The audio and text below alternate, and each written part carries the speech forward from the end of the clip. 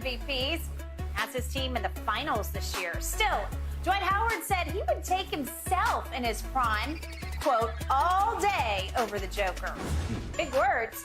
Shannon, how much do you agree or disagree with this? Skip, I think Dwight Howard was an unbelievable talent. He was a phenomenal player in his prime, and I believe he should have been a top 75 Especially NBA player. on defense. On defense. Skip, not Nikola Jokic. Not right now, Skip. I can make a case he's a top 30 player. He wins the finals MVP. He's definitely a top. Skip, this guy, you can make a case. Don't you think, I think in the next 3 to 5 years, he'll have at least 1 to 2 more MVPs? Could.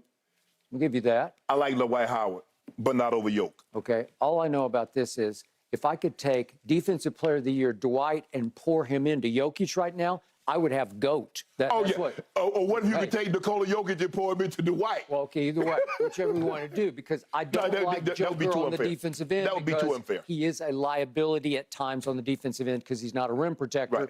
And yet Dwight is the, listen, you want to talk about rim protection? You want to talk about hard to score on? He would cause Jokic some problem. Oh, he caused him some problems, but Skip, he's a different animal than what he was in the bubble. Yeah. He's different now. Oh, yeah. I got it. You take prime Dwight or prime Joker Jokic right versus now. Bam and Jimmy. Butler and the Heat going to the finals after a 103-84 victory over the Celtics last night. Butler had a game-high 28 points. He takes home the Larry Bird Eastern Conference Finals MVP award. Butler won with 5 of the 9 votes. The other 4, he went to one Caleb Martin. Shannon, should Jimmy Butler have been MVP? Skip, you look, I get it. The problem is that Caleb Martin played really well and they lost those games.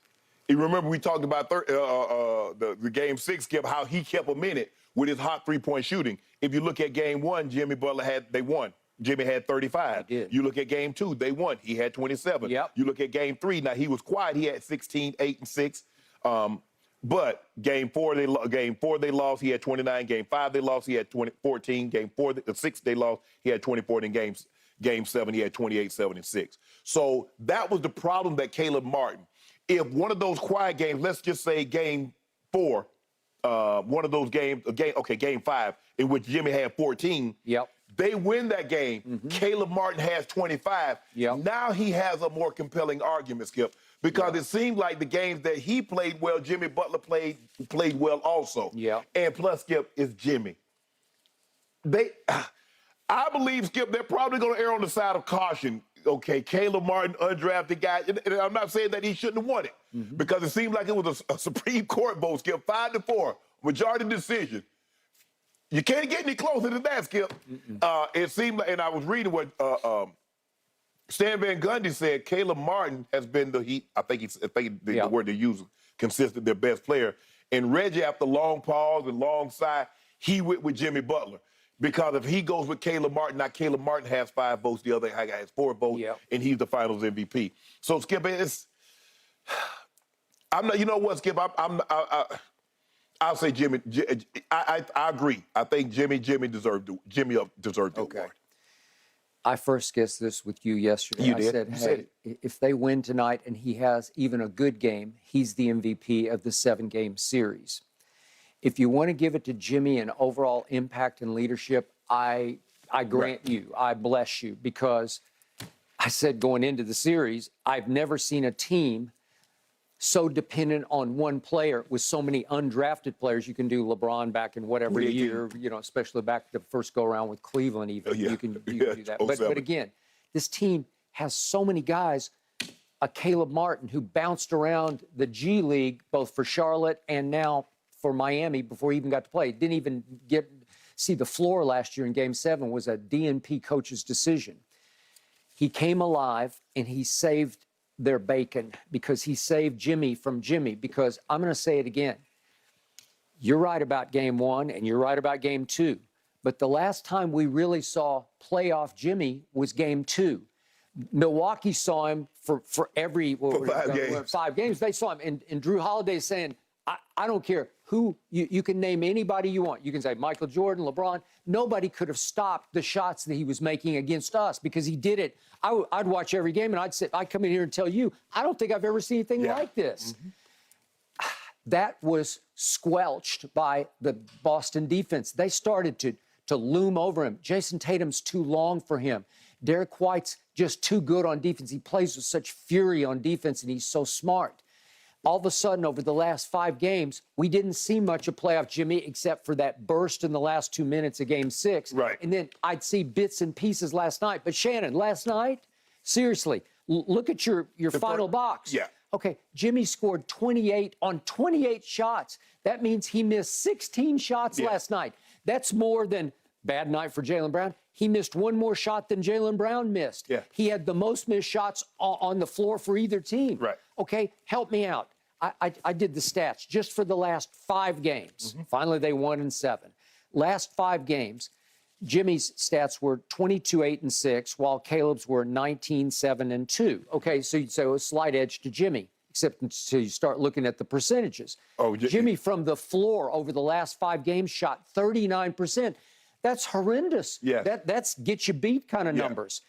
Guess what? Caleb shot from the floor 59%. Well, that's LeBron-esque. That's sensational. Yeah. That's going to win some games. From 3 over the last 5 games, Jimmy Butler was 6 of 18. That's 33%. Caleb Martin over the last 5 games of this series went 16 for 31. That's 52% just from 3 alone. Yeah. Jimmy, the last 5 games, overall plus minus, -9 when he was on the floor. Caleb Martin, when he was on the floor last 5 games, plus 29. Well, I just said he overtook him. Yeah. I don't think we'd be having this conversation without Caleb Martin. You wouldn't. And I think the thing is, Skip, if you look at from the series, Jimmy Butler shot 42% from the floor for the series. Caleb Martin shot 60%. Yep. Jimmy Butler shot for the series from 3, 35%. Okay. Caleb Martin shot 49%. Okay. It is really close. One guy averaged 25, the other guy averaged 19. Yep. I got it. 7 rebounds to 6 rebounds, 6 assists. But Jimmy's going to have the assists because he got the ball in his hand. So you expect him to have more assists than Caleb Martin. All right. So Austin Reeves for your Lakers was a revelation. Yes. And you say, well, he came from nowhere. Did he play in the G League? No, he made it right out of Oklahoma. He's undrafted and he steps on the floor. And LeBron could see in the preseason of his first year, I like this kid. Yeah. And he said, let's go with it. Right. And right away, he starts proving himself. So I'd never seen anything quite like his jump from college to pro because he was a poor 3-point shooter in Oklahoma. Right. Well, now Caleb Martin comes along, and he's a G Leaguer for Charlotte and Miami. And you want to talk about a late bloomer at 27? I'm going to quickly show you what did he make, 11 shots last night? I'm going to show you his 11 shots. He's got a funky shot because at the last second, he has an extra push to it. It's like a weird, he goes up, and he holds it, and then he kind of kicks it hard with a push-off. That's a great tip-in early. And then he ripped that one. And then there's that little late kick in his shot, and he makes that one. There it is. You can see him push it at the last second online. That was the best shot he made all night was that fadeaway. And then he gets it. He was getting to the rim like crazy. He's going to cause Denver some problems getting to the rim. And here he is with a fadeaway. I mean, that's like LeBron Jordan-esque on that fadeaway on the baseline. Kevin, man, got to go. This was right before the half. All right. And so now you know he got it. He's bouncing into it. Yeah. Man. Just bouncing into it. You don't see this happen. Yeah. He came out of nowhere. That was